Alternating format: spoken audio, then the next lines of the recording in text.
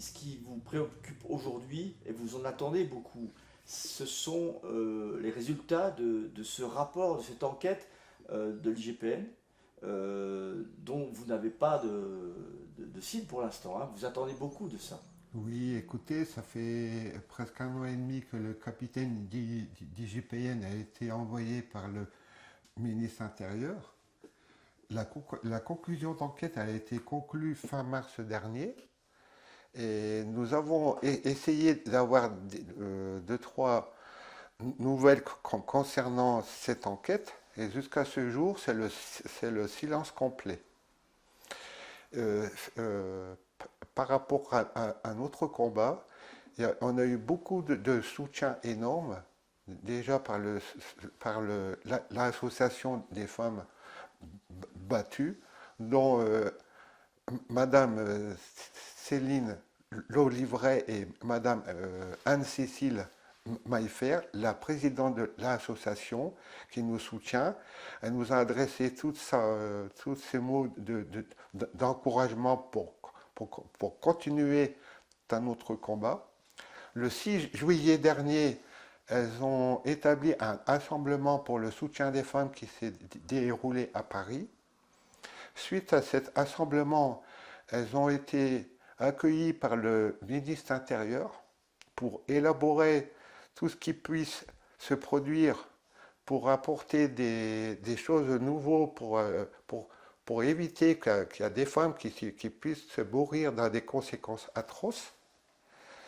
Et elles ont obtenu un entretien avec le ministre intérieur. Alors, qu'est-ce qu'il en est sorti de cet entretien?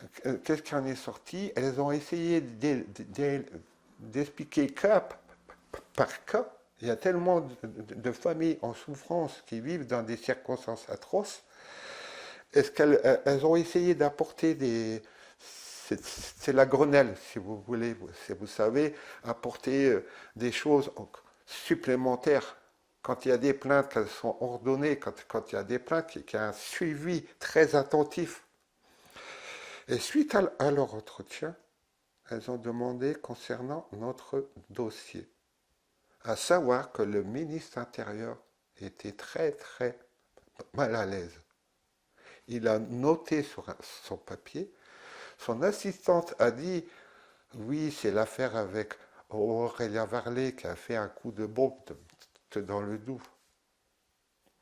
Et puis, ils lui ont dit qu'ils allaient faire au maximum pour apporter cette conclusion.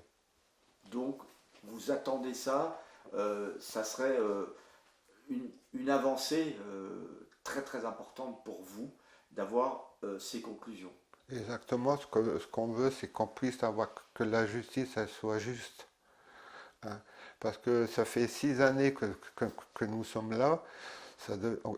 La patience, elle est longue, elle est dure. Et puis, on voudrait, c'est pas en finir, on voudrait que cette justice, elle soit juste.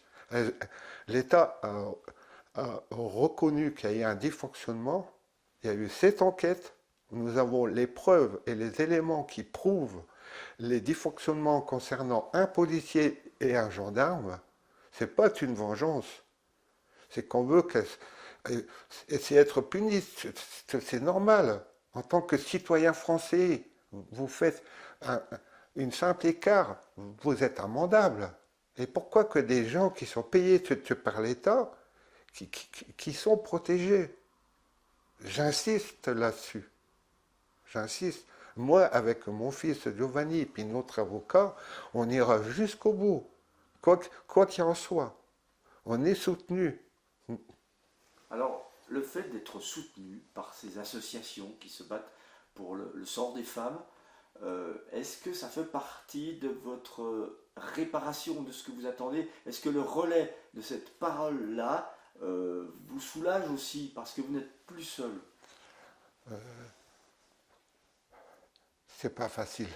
Au départ, quand on a enclenché cette enquête, quand notre avocat qui m'a pris dans les bras en me disant Patrick, c'est très grave, on va faire tout en sorte ensemble avec votre fils.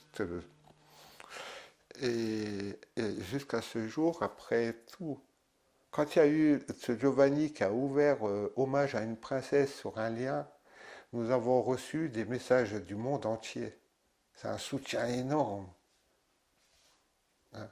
C'est pas que c'est une joie, c'est qu'on n'est pas seul. Et puis ça montre l'exemple aussi. Parce que vous savez, il y a énormément de familles qui aimeraient avoir cette vérité.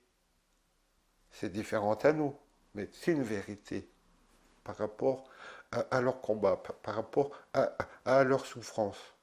Et on veut apporter, malgré cela, ce courage, cette force. Qu'on reste à la maison à attendre, autant qu'on dise les choses en face, dignement.